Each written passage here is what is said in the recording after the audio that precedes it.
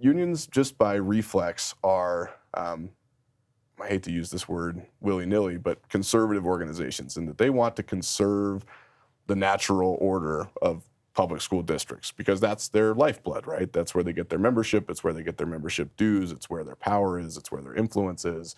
Anytime you have something that lives outside of that, particularly something that is attractive to parents, that's successful, and that's done on a large scale, it chips away at that, right? It slowly chips away at their ability to derive dues from the teachers or exercise political influence over the educational process or have a hook in what parents can or can't choose, and eventually, potentially, into some funding issues as well. And they can't do that, right? They're inexorably tethered to school districts. That is their entire model. Charters don't live in that space and therefore are the bad guy.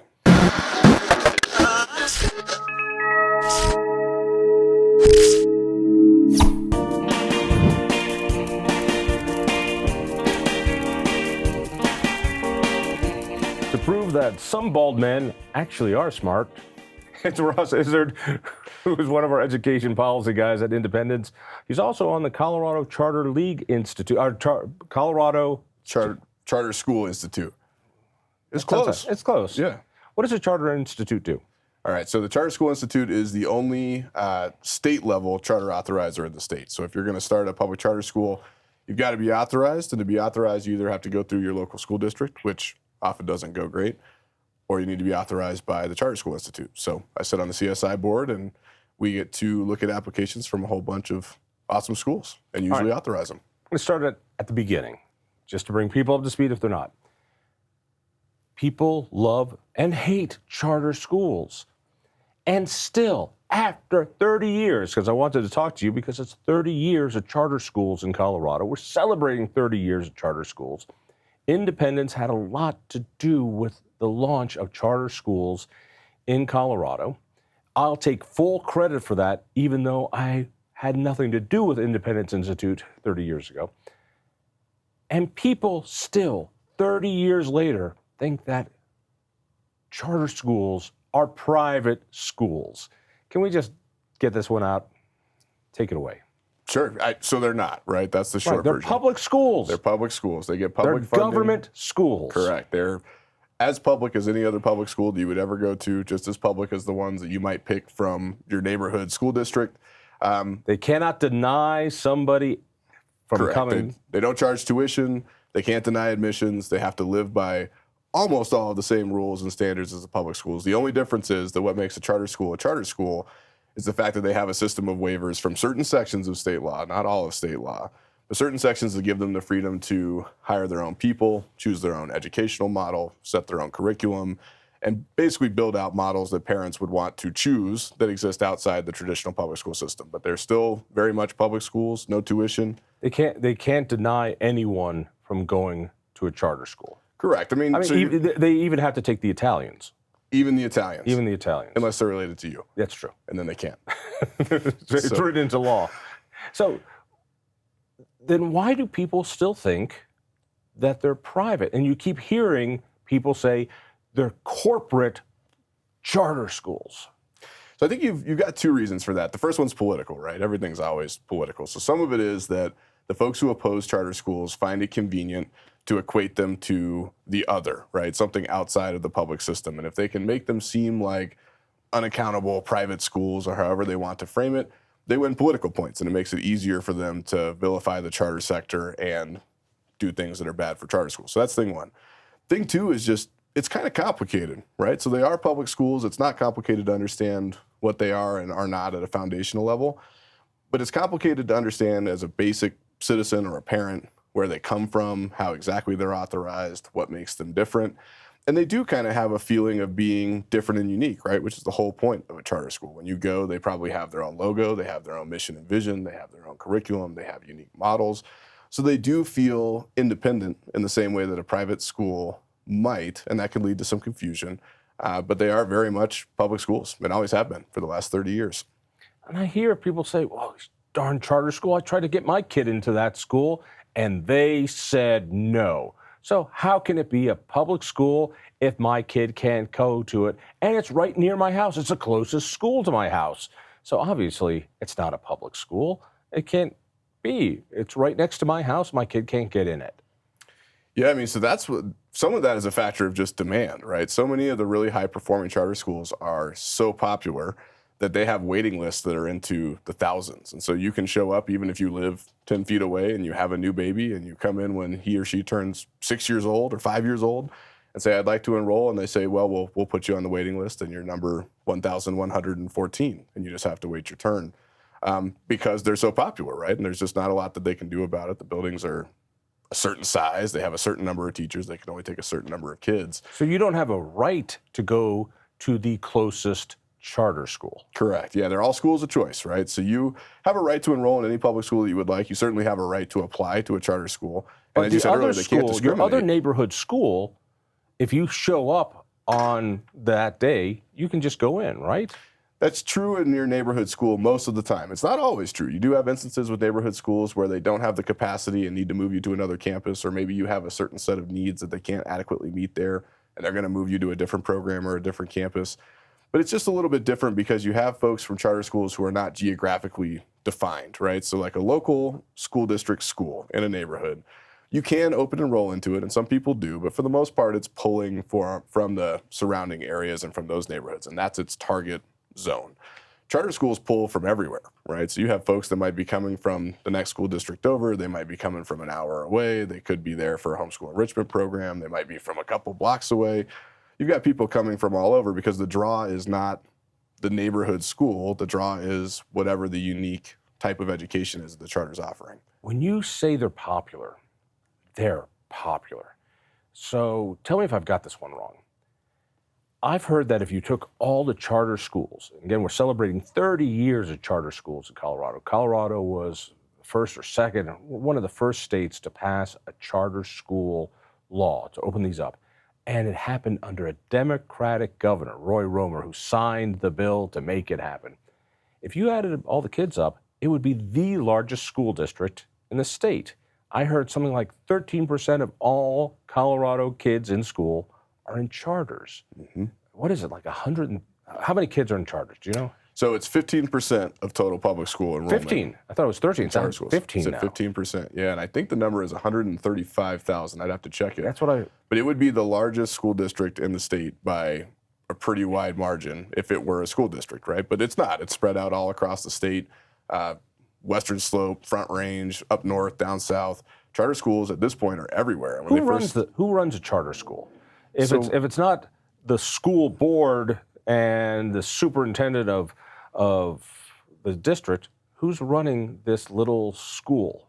Who's in charge? Yeah, so that's what makes them unique. So once they're authorized, right, and again, they've got to be authorized by either their local school district or by the Charter School Institute. But once they're authorized, they're run by their own governing boards. So they've got a group of folks, usually they're parents, but sometimes they're just Parents? supporters. I know, it's wild. Parents run the That's schools. ridiculous. They're not qualified. Yeah. No, but usually it's parents. Sometimes it's grandparents or supporters or community members, business leaders in some cases who come in and help run it. But they have their own board for that charter school that makes decisions about how the charter is going to go about the work of educating kids.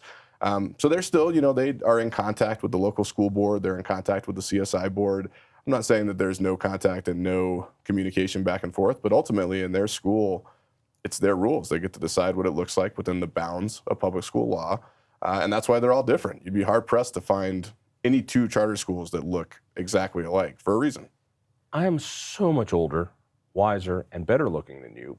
I remember when this law was passed, the fight over it, the teachers union, the Colorado Education Association, the local school unions, they fought this tooth and nail. The bravery that Roy Romer had at the time when he signed this law, and the bipartisan support that the bill had, because Democrats, too, wanted to have more choice inside the public school system. But the union said this was going to be the end of public school education, that it's going to be bad for the kids. Obviously, it wasn't. It's popular. Are these teachers who work in these schools, are they unionized? Are these union shops? Are they free agents? By and large. Yeah, almost never. I mean, a charter school theoretically could unionize, but they're usually not. They really never do, right? And there's a reason for that. So charters operate and thrive on autonomy. That's the lifeblood of the school. The only reason So they that, can try different right, they can innovate, curriculums, they can try different ways, they can specialize in different right, teaching techniques. and serve different communities, right? You've got charter schools for teen moms. You've got charter schools specifically for inner city kids. You've got charter schools in rural areas. I mean, they're all different. Give me the weirdest, since you're on the Charter School Institute and you help authorize these, what is the weirdest charter schools you've seen? I don't know if I would say weirdest, but there's some unique all ones. right. So Put it in education speak. I'll give you one. There's New Legacy Charter School in Aurora that is all about teen moms. And so it's actually obviously young ladies who have had a baby. They're at the school learning, and then their children are there as well in the sort of a daycare early childhood program, so that the moms can go to high school, learn what they need to learn, and then during their breaks go feed their babies or see their babies and be involved in the childcare aspect of it. You don't find that really anywhere else, right? So that's one. Another group of new charters that has just been authorized by CSI is called Wildflower, and they're Montessori schools. Montessori is very touch-based, very much about group learning, and they are basically micro schools. So they come in, they start a school, they have 3 different sites spread out across a geographic area, all of which are very small and compact and led by a small team of teachers. And that's how they educate kids. They don't have big 1,000-kid buildings with gymnasiums and everything. Instead, they've got them in a very small room with things that they can learn through touch and through feel and through experience. That's the model that they offer. And then you do have traditional schools like Liberty Common up in Fort Collins that is a big, incredible academic powerhouse, right, which is all about college prep. And we've had Bob training. Schaefer, former congressman, here on the show, and his Liberty Commons is one of the academic powerhouses in the nation. These kids are just academically challenged, and they do back to basics, hardcore reading and writing, and the kind of stuff that our image thinks, that's what schools used to be. And so there's just this wide spectrum of choice inside public education. Exactly. All right, so back to the unions. So unions still hate charter schools 30 years later. They said, it's going to destroy education. Seems to be working pretty well. Why do they hate charters so much? Yeah, again, we'll go back to politics, right? So where I was going with the other one is that in order to have unique models and serve different communities, you've got to have staff that is bought in on that, right? They can't just be any teacher. They've got to be teachers who specifically are there for that purpose, which means that charters have to have maximum autonomy with hiring, with firing, with personnel policies. And it's tough to do that if you're unionized, right? It's almost impossible to fire a union teacher. Correct. Even now, even in the days of post-teacher tenure, it's not an easy process, right? And that's before you deal with all the stuff that comes before. Unless a teacher is basically murdering kids, it is impossible to fire a teacher. In almost all cases, I would say that that's true. Right. Yeah, very difficult. So, so the unions, number one, they don't control charters, and they're keenly aware of the fact that this has become, as you said, if it were a school district, it would be the largest school district in the state, and it provides exactly zero political control to the teachers' unions. They don't have a presence in these schools. They don't work toward the election of charter boards. They're not involved politically with these schools because they really can't be. And as a result, it sort of exists outside their locus of control, and I think that drives them a little crazy, to be honest. But the other thing is that unions, just by reflex, are, I hate to use this word willy-nilly, but conservative organizations, in that they want to conserve the natural order of public school districts because that's their lifeblood, right? That's where they get their membership. It's where they get their membership dues. It's where their power is. It's where their influence is. Anytime you have something that lives outside of that, particularly something that is attractive to parents, that's successful, and that's done on a large scale, it chips away at that, right? It slowly chips away at their ability to derive dues from the teachers or exercise political influence over the educational process or have a hook in what parents can or can't choose, and eventually, potentially, into some funding issues as well. And they can't do that, right? They're inexorably tethered to school districts. That is their entire model. Charters don't live in that space and therefore are the bad guy. It's important to remember teachers' unions represent teachers, not students, not parents. Students don't pay union dues. Teachers pay union dues. Parents don't pay union dues. Teachers do. And so the protection is for teachers. That's their bread and butter. And so I want to talk a little bit about getting the authority to put in these schools. So you go, a bunch of parents say, I want to have a school that focuses in on, let's say, trades. Yeah, we want to do this, but we also want to get our kids ready to maybe go into a trade instead of going into college prep. Or maybe we've got some kids who don't do well behavior-wise, that they behaviorally, they're not ready for the regular high school. So we want to do something special for them. And they all get together and parents say, yeah, we got this great idea.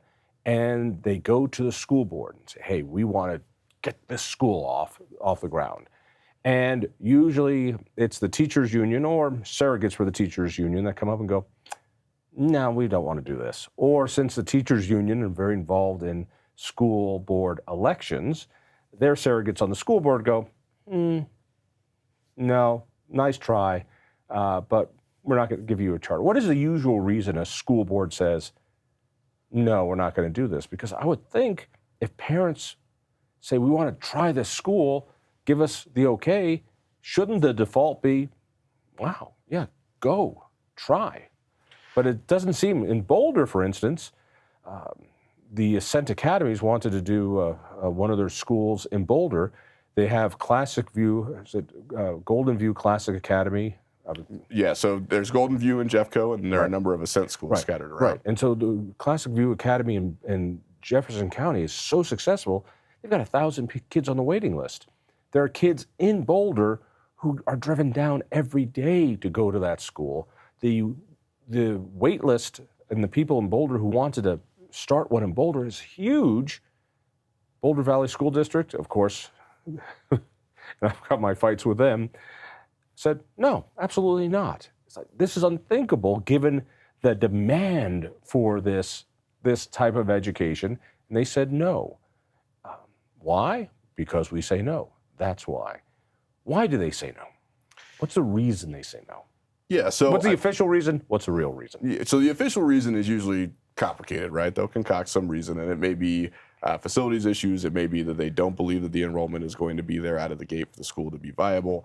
It might be a concern with the model. You see that come up pretty often. It came up with Golden View, and it's come up with the Ascent schools as well. So it could be a philosophical thing. But ultimately, this is a political entity who exists to serve their constituency. School districts, the school board in specific. They were elected to oversee a school district. Their largest constituency is teachers and the people who work for the school district. That is really the people that they serve. Now, are there a whole lot of parents involved? Yes, but there's a lot of internal pressure on those folks. So they're not the ones knocking on their doors 24/7. Correct. That's just not their daily life, right? So what you're asking them to do is authorize their own competition, right? So they're in here trying to run this school district, and you come in and say that again, because you just hit it. Authorize their own competition. Why would a school district authorize what they see wrongly as a why would McDonald's authorize Burger King? In their minds, that's what they see, which is sadly not what the way they should see it. Correct. I mean, it is true that a charter school would compete with the district neighborhood schools around it. That's true.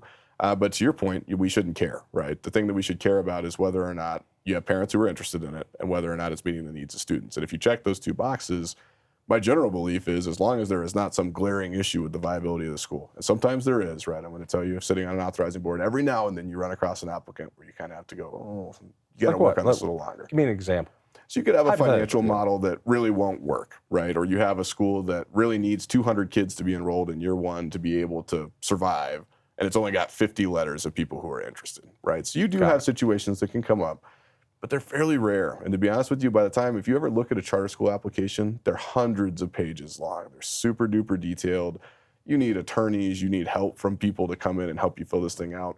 When you find a group of people who are willing to sit down and do that all the way through the application process and then put themselves out there in front of these political boards to be often grilled pretty aggressively, they've usually got their stuff together. There are a few rare exceptions, but most of the people who make it to that stage of really applying for authorization are in a pretty good spot, and they usually have pretty significant parent demand behind them. But even then, in a sick way, that kind of makes it worse, right? Because the school district is even more afraid of a school that might have 1,000 letters of intent. Help me with that, because I'm really having a problem. what are they scared of? You say they're competition.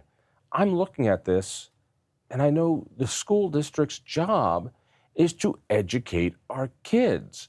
And from my point of view, and maybe I'm very naive on this, if this charter school helps educate the district's kids, isn't that taking a load off the district's plate and say, hey, we're going to take 200 kids off of your plate, and we're gonna take them, and 200 parents are going to be more satisfied, so they're not going to be barking at you the way Caldera is barking at you, and we'll take care of that. So those 200 headaches are no longer your headaches, they're our headaches, and we got it. Wouldn't a school district go, oh, great, now we can go focus on these other kids, and their life is easier? You keep saying it's competition. I'm having a hard time seeing it, in my mind, as competition. Mm-hmm. I see it as, great, you're taking these kids that need something else, and you're giving it to them, freeing me up to focus on these others. Mm-hmm. Yeah, so I mean, there's a lot of truth to that, right? Especially given the charters have to take care of their own buildings, right? So nobody pays for their buildings. If they're going to have a school, build it, buy it, whatever they're going to do, they got to pay for that. And so if you're a school district who is running out of space in your schools, and someone says, I'm going to open a new school for 500 kids, and I'm going to build the building, and everything's going to be there, that actually starts to solve big capacity issues for a lot of school districts. How do they get the money for that? Sometimes through bonds, right? And this is where, again, the strength of your application comes in. You've got to be able to show that you've got a viable business for all intents and purposes to go out and get the money that you need.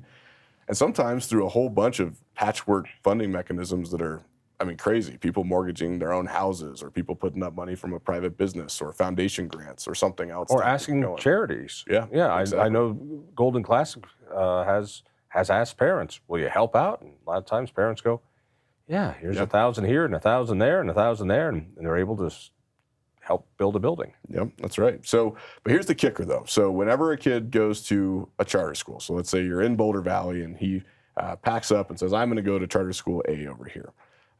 It might help with the facility side. Definitely the parents are going to be happier. That's why they're choosing the school. But to some extent, the funding follows the student, right? So there'll be a little bit of chargeback at the district level for administrative overhead to help out the charters. But most of the money is going to follow the kid directly to the charter school in the form of per pupil funding, which is great and exactly how it should work. If a kid picks a new public school, the funding should go over there because that's where he goes to school. But eventually, there are some hold harmless provisions in statute that are complicated. The short version is it takes a number of years for school districts to actually lose funding from a kid who is enrolled outside of their logbook.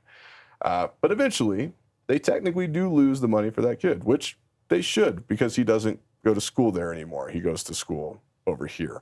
And I think sometimes these conversations get clouded by the fact that rather than thinking about the interests of the student and what the parents want, it is, well, how much money can I get into my coffers so that I can go out and do the things that I want to do? Now, the reality of that is that the number of charter kids in most school districts is not going to bankrupt them. These are really large districts, sometimes that have budgets close to $1 billion.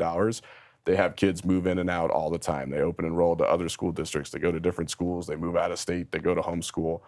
They're going to be fine. But it's an easy excuse for them to say that you're taking funding away from our neighborhood schools to. But they're also taking away the liability. So let me see if I understand. Let's say it costs what? I'm going to say $10,000 just for ease. What is it? Probably $9,000. Somewhere in that neighborhood. Right. Yeah. So, and that's just the operating cost. You know, the capital cost when you put it together is double that at least. That's why these ridiculous bonds, you're still keeping the capital cost, the district. So you still get all the pretty buildings and the toys and all the rest. So here, let's say the 10 grand, you're going to keep, the district is still going to keep $500, whatever it is, for administrative overhead. Okay, so $9,500 is going to go to the new Montessori school, and they don't get the capital money, which is unfair there. They should get a portion of the capital money. But that means you, the school district, you get to keep the capital money, you keep the $500, and you lose the cost of educating the kid, and it's in the kid's best interest. This is still a win-win And oh, by the way, I've read the websites. We care about what's best for the kid. So they're lying when they say it's about what's best for the kid. That's just a bald-faced lie if they hold back these charters. Now they have to have an answer for that. What is the big liability for them holding back a charter? Some of it is the money side of it. Some of it is the political side, right? But they lose liability and they get more money because. But if you're an elected school board member, right, Yeah. and you're sitting on a school board where the people who So it's just political expediency. Totally. The union's going to beat me up. Exactly. Or somebody within the district is going to beat you up, or you're going to lose your next campaign, or whatever it might be. But they're politicians. They might be local level politicians that you see at King Soopers, but they're politicians. So it all just falls into the elections have consequences. Sure. And unions go out and elect union members, and therefore kids can't get better educations. I think, unfortunately, the bottom line is that a lot of kids have the opportunity for the education they need tethered to political realities. In this case, who elected me, who are my friends, who's going to be in my face tomorrow when I take this vote. And that's a lot of pressure, right? I mean, all politicians deal with pressure, but when you're in a local area where you have folks who are going to be coming over to your house, or you see them at King Soopers or it's at the funny, gym, you and I have been doing this long enough that school board members get more pressure than state representatives, than congressmen, than county commissioners. I've seen more personal attacks on school board members who try to do more for charter schools and more for kids than probably any class of local politician. Yeah. And I think that makes sense, right? Because they're the front line of school choice. I mean, we've got the legislature, and they might eventually maybe do something. Right. Probably not. But Probably local school boards are the guys who hold the keys. They get to decide which charter schools open and which ones stay open when renewal Tell me comes about, up. So BVSD, of course, is going to say no because they're beholden. There's got to be an outlet, and that's where you come in with a charter school institute. Yeah. So what happens next? Well, so normally you'll have a school that comes in and they're denied by their local school district for any of the reasons that we talked about, right? And they've got a couple options at that point. They can go and appeal it to the State Board of Education, which used to be a good proposition, but these days it looks also a little controlled different. It's by the left. Yeah, the numbers are tough, right? So they can go and appeal it. Maybe they win, maybe they don't. But again, it's an arduous process. It takes time, and you might not win. Or they can go and apply to be authorized by the Charter School Institute instead of by the local school district. The trick with that is that almost every school district in the state, I think there are 6 that don't have exclusive chartering authority, which means that they are the only entity anywhere in their district that gets to decide who is approved as a charter school and who is not, for whatever reasons they deem appropriate. So that means that if you want to be chartered by CSI, let's say you lose your board application, they say, no, get out of here. Maybe you appeal to the state board and lose, maybe you decide not to, and you go back and say, I want to be chartered by the Charter School Institute. The school district has to give you permission to be chartered by the Charter School Institute. So they have to release you to go and apply to CSI and be chartered in the district. And again, they can say no, at which point you're just out of luck. Since when? Has it always been this way? As long as I've been doing it, yeah. So the Charter School Institute came into being 11 years after the Charter Schools Act, so it's been around for more than 2 decades, well, almost 2 decades. And it's always been the case that exclusive chartering authority has. So let me kick this back to you, see if I'm following you. A school board, I'm picking on Boulder because obviously they're very anti-charter and wouldn't put an Ascent school up there. But they say no, and parents go, all right, we want to appeal. They can go to the Department of Education. To the State Board, yeah. Which is very unfriendly to charters now. Or we can go, Mother, may we please go to some place that might be more friendly?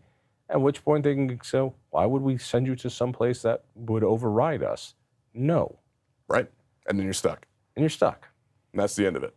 That's, unfortunately, there's no other route. Even though charter schools are so popular, other than the raw numbers. And I would even go back and not just even though, but especially because charter schools are so popular. That's a good way to put it. Yeah. You can't do it because you want it, because more people might want it.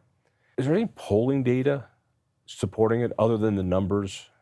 I mean, yeah, so you can there are a whole bunch of different ways that you could skin that cat. There is polling data on it. The last poll that I saw had support for charter schools somewhere around 65%. Now, with all things, you can run two polls and ask the question two different ways and get two different results.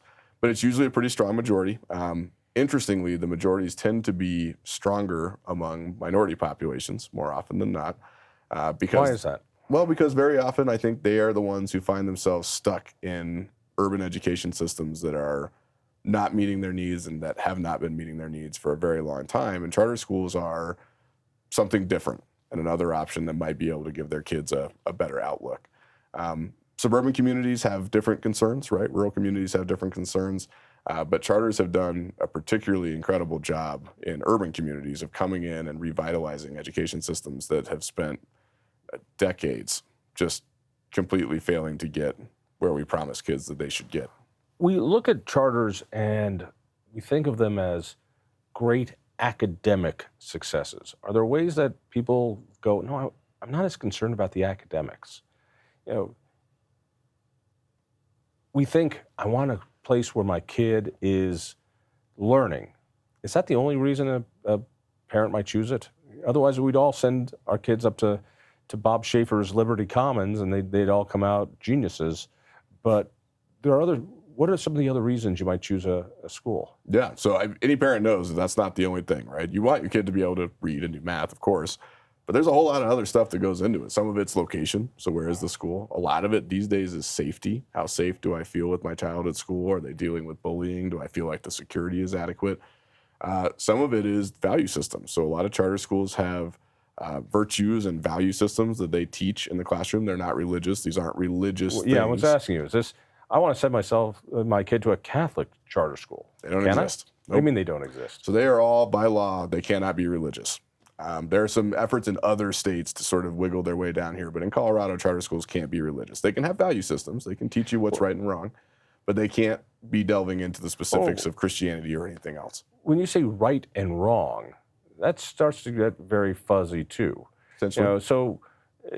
I want to send my kid to the Nazi value system school. Is there one? Can there be one? It's not religious. Sure. I want to send mine to the fascist school. I mean, it sure seems like there's enough socialist schools out there. They can't say it that way, but there's a lot of social justice schools out there. Why can't there be something that goes the other way? Is there a KKK model school out there, or could there be? You know, when you start saying we're starting to teach values at charter schools, what does that mean? So I'll say two things. The first one is no, none of those schools exist, and no, they probably never will for two reasons. The first being that there aren't a lot of parents who would pick that. And the second being that this is where authorizers serve a good role, right? So we talk about authorizers as being bad guys, but this is one of their jobs, is to sit down and screen an application and say, this looks good, it makes sense, even if you don't necessarily agree with everything they teach, but you're probably not going to find an authorizer that's going to say yes to a Nazi charter school, right? And as far as I know, nobody's ever applied. The chances of you ever winning authorization with that, even if you could get around all the hate speech laws and everything that governs it, pretty Are there low. any environmental? Sure, there are quite a few that actually have a big environmental focus. I don't know if they brand themselves that way, but that's part of their curriculum, and they hit it pretty hard. So when I try to put together my petroleum and coal charter school? Potentially, you might be able to do that. I mean, so this is where choice happens, right? So my opinion on school choice in all forms is that you have to let 1,000 flowers bloom, which is to say that parents are best served by having the maximum number of options on the table so that they can look across it and say, I think what these guys teach aligns with my values and I like it and I'm going to send my kid there. And look at the rest of the options and say, I don't agree with that. It doesn't match with my philosophy. They don't do the things that I'd like them to do. And I'm not going to send my kid there. And that's the essence of school choice, right? You don't want every school teaching the same thing because if that were happening, you don't have choice. And that's the whole point of the charter sector. I'm trying to imagine the Ayn Rand preschool. Well, but you say that there are charter schools out there that teach things that are what we would consider to be, sort of free market ideals. And now they teach it fairly, but they're out there. Teach the toddlers, you will not share. Do not share that toy. I don't know if it's quite like that. But Timmy was caught sharing toys, Mr. Smith. But that's true, right? There are charters out there that you can find that will probably be closer to that than others. And there are some that are going to teach stuff that frankly, is going to be on the other end of the spectrum. And that's okay. It's supposed to be like that. You're supposed to have options that look different from one another. We've been talking about all the successes. There's got to be some failures. Tell me a failure or two. Not all charters have lasted and bloomed, and say you let 1,000 flowers bloom. Some of them have been overtaken by weeds. Give me an example. To be honest with you, I struggle to come up with a really specific example that wasn't tied into the authorization process. There have been a few that haven't made it and had to close. Closed by lack of students? Yeah, some just financial reasons, right? So they can't keep their enrollment up, they can't pay the bills, they get over their heads on a facility. I'm not going to say that never happens. I don't know if I have a specific example off the top of my head. But it's relatively rare. Any for academic reasons? I can't think of a charter that's ever been closed for academic reasons. But I will say that there have been charters that have been handed off to other folks to manage for academic reasons. And there have been conversations about closing charters for that stuff. Interestingly, almost never really happens with district schools. You occasionally have a district school, a neighborhood school that is performing so poorly that they talk about turning it into a charter as a remedy for the poor performance. But it's exceedingly rare to see a school district school shut down for performance, which is how we wind up in situations where you've got a 30-year record of having 90% of your kids unable to read. Legislature finished up a month back or so. Every year, it seems like there's always pot shots to harm charters. And it's getting more and more unfriendly. What have they tried to do in the last few years? There have been a couple. So the two big Achilles heels for charters are their personnel policies, because if they can't hire the people that they want and structure their staffs the way that they want, they can't do what they need to do, right? As soon as they lose that ability, they lose the ability to have a cohesive educational model. So there's been a lot of legislation over the last couple of years that sort of death by 1,000 cuts starts to whittle away at their ability to. So you've had a few that govern what can be asked on job applications. There have been a number of bills proposed that either directly or indirectly dealt with the issue of teacher licensure, so whether or not charter school teachers have to be licensed to teach in a charter. So in other words, to take away who you can hire. So if Bill Gates says, hey, yeah, I would love to teach computer science in this charter school. You go, oh, Bill, that's wonderful, but you don't have a teaching degree, so we can't hire you. Mm-hmm. And that's been a serious topic of conversation. Both at the state level and local authorizers love to talk about whether or not the teachers are licensed. Some of the best charters in the state, Liberty Common included, very few licensed teachers in there. They're all professionals who did this for a lot of time and then came back to give back. You have business people who have retired and go, I'll be happy to teach a business class. And well, you don't know how to teach. Well, that's up to the parents and the students to decide how that works out. No, you can't teach unless you do it the way the state tells you how to do it. Yeah, and licensure is a whole different thing, but that is a constant topic of conversation, is whether or not charters can waive out of the requirement for having licensed teachers. So we got this guy, Michael Jordan, who wants to be our basketball coach, but he doesn't didn't take the right class. He didn't take the right class. Yeah. So, no, sorry. The other one that they go after is the charter appeals process. So like I mentioned, they're very limited, right? If you get a no on your charter application, you get to go and ask for permission to go to CSI, or you get to appeal to the state board, or both. Or maybe in some very rare instances, you could get legal action. But pretty much it's state board or CSI. That's it. If that doesn't work out for you, if the appeals process in the state board is not fair, you're in trouble because you have nowhere else to go.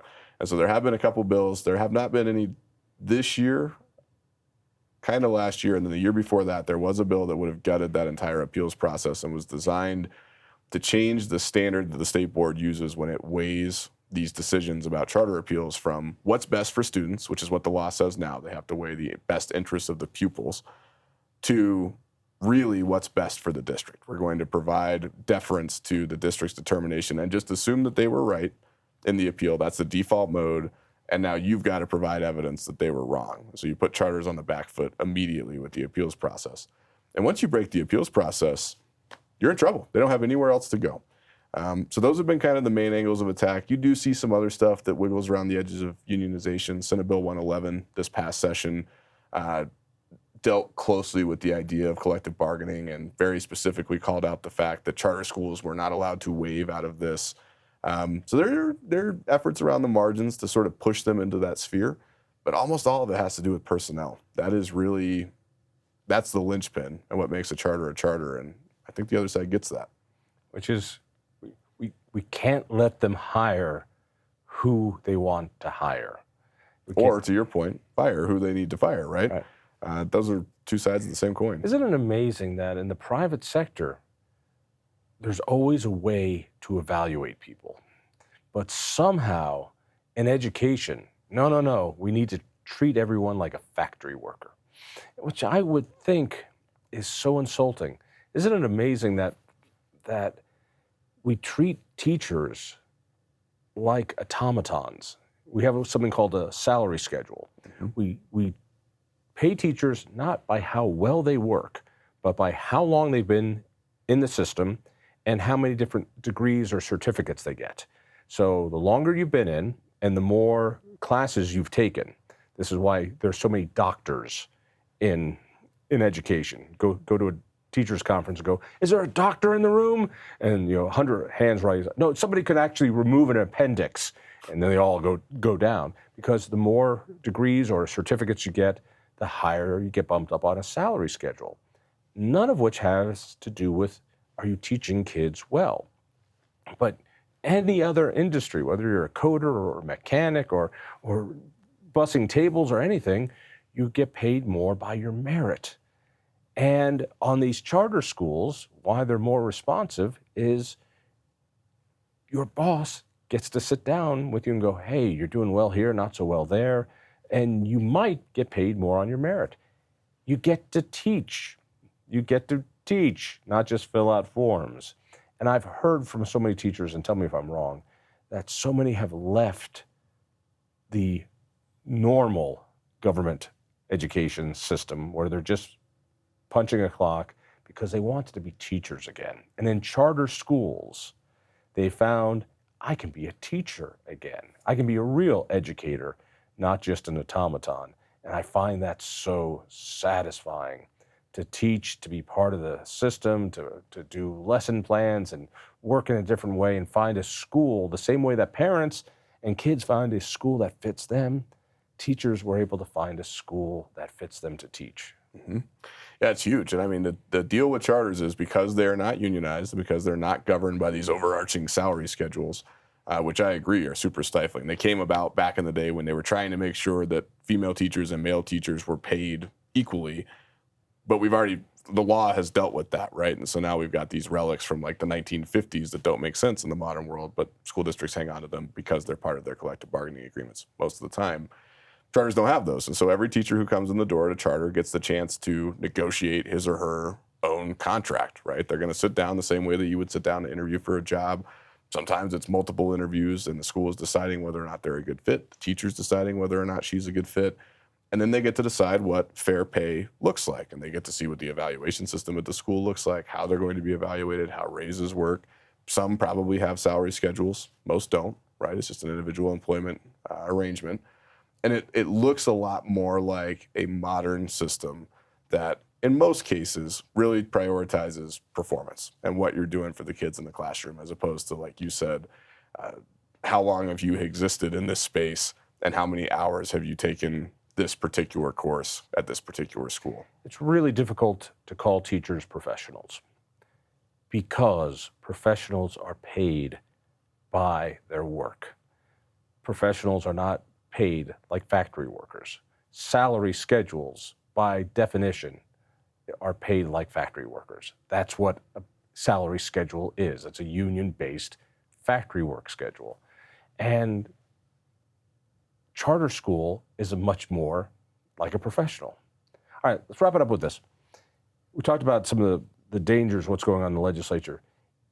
If there was a much more friendly legislature to charter schools that people want, what would they pass? What reform is needed? So I think the number one thing on the policy side for charter schools is rethinking exclusive chartering authority. So you could get rid of it entirely and decide what that looks like. You could allow new authorizers into the space. Maybe it's universities, maybe it's private businesses. There are a whole bunch of different ways you could do that. How would that work? How a university or a business could Sure. authorize a school? Yeah, and there are actually a number of states that allow that. So you'll have a university With government money. A business could Right. say, oh, that tax money is going to go to do this school? to help those kids get prepared to go and join the workforce. I mean, businesses obviously have a vested interest in making sure the kids coming out of K-12 are ready to go and work for them. And so therefore it makes sense. Same with colleges. They want to make sure the kids who come to them are Wait a minute, set up you have correctly. the Colorado Rockies deciding which charter school could be funded? Maybe. It depends on how you structure it, right? This is one of those conversations that you'd have to have, and it would be a long debate. But there are a lot of other organizations out there with an interest in education who could serve as charter authorizers outside of districts and CSI. And we should talk about it, right? And decide which ones make sense. When you think about a state where there are no trades, that you cannot find workers, wouldn't it be interesting if a trade association said, you know what, a certain amount of money should go through us to authorize charter schools, or a technological sector would say that. You said universities. Help me understand that one. Yeah, so I mean, obviously universities have an interest in having the kids who come to them being ready to go, right? They don't want to have to deal with remedial education and everything else. And it's bad for the kids because then you're paying extra money to catch up to where you were supposed to be when you finished high school. And that sucks. So Yeah, how anyway, many kids go to college and they have to take math classes? right. I mean, but not just math classes, but they've got to spend their first year paying tuition to take all the remedial courses they need to get into like the 101 math classes. And it's Right. it's really bad, but different topic of conversation. But universities, especially those with a focus, they have an interest in having these kids come to them, both as a recruiting tool for them and also to making sure that they're prepared. So the idea of having like a CU or a CSU authorize a charter school that is specifically designed around getting kids ready for, let's say, agriculture or energy sector work or something else, it makes a lot of sense. And you get a smooth pipeline from early childhood into grade school, then into really all the way into college and eventually into the workforce. And you get this kind of smooth glide path for those kiddos that right now they don't have. They kind of have to take it, and it's a bunch of Lego bricks, and you got to stick them together the right way to build what you want. And that's okay, but it could be better. And I think the universities would be a interesting way to look at charter authorization. What would you do to help kids in the inner city, the ones who hurt the most, that have the least amount of money, the least amount of choice? What reform do they need the most? I would say it's more choice, right? And I know that that's an easy answer, but it's more choice and it's more charters, right? You should never have a kid who is stuck in a bad situation, who cannot get into a charter school because they all have long wait lists and the district won't authorize anymore. And then all you can tell that kid is, well, look, mom or dad is going to have to either take their chances with open enrollment and maybe get in a neighboring district and then drive you 45 minutes or an hour each way, or you're just stuck. You're just going to stay there and we're going to see what happens, which is kind of where like Adams 14 has been recently. The more that we can get away from that and remove the political barriers to creating options for those kids, the more likely it is that you're going to see people coming in and making really high quality schools. And that's the only answer. You got to put good schools in those neighborhoods. And if you're not willing to do that, it's going to stay the same for a long time. And that is wrong on a lot of levels. You know, politically it's tough because parents are willing to fight for their kids so hard, but they only have so much energy because they've got to make a living for their kids. And once the kid is out of school, they're out of gas. And they're not going to, and the fight's over. But the union is omnipresent and self-funding and always there. And so I've noticed the same problem with property owners when they have a property fight with the local government. Once their property fight is done, they don't continue to fight for reforms because their fight is over. And so there's not a natural, in public choice theory, there's not a reason for them to keep fighting. Their battle is over. And so on an individual level, once their battle's over, they retire. They retire that fight. The union is always fighting and always pushing and always pushing and always pushing. So it's really important that there's always people like you and groups like Independence Institute that are trying to match that to try to help kids in the future, because the warriors don't stay fighting for educational choice the way the union is always there to fight to take it away. And so it's an outgun fight. You wrote something up about all this, the 30th anniversary. Where do people go to get it? So it What wasn't is quite it? about, it was about charter school authorization and the processes and the issues and some of the recommendations on how we can make it better. You can find that on Independence Institute's website. Thinkfreedom.org. Exactly, underneath the Education Policy Center's page. And it should be the first thing on there, I believe. Look for your gorgeous mug. Oh, no, they don't do that. They don't let me be on the cover That's a of good anything. thing. That's a good thing. What the title of it is? I actually can't remember the exact title, but it's about charter school authorization. This is what happens when you do too much of it. Yeah, that's good. Ross, thank you so much. Appreciate it. Thank you. If you enjoyed that conversation, by all means, click one of these other great programs. We have the best conversations with the most fascinating Coloradans. And subscribe to our channel. Just click down below and hit that little bell button too. You don't want to miss a single show.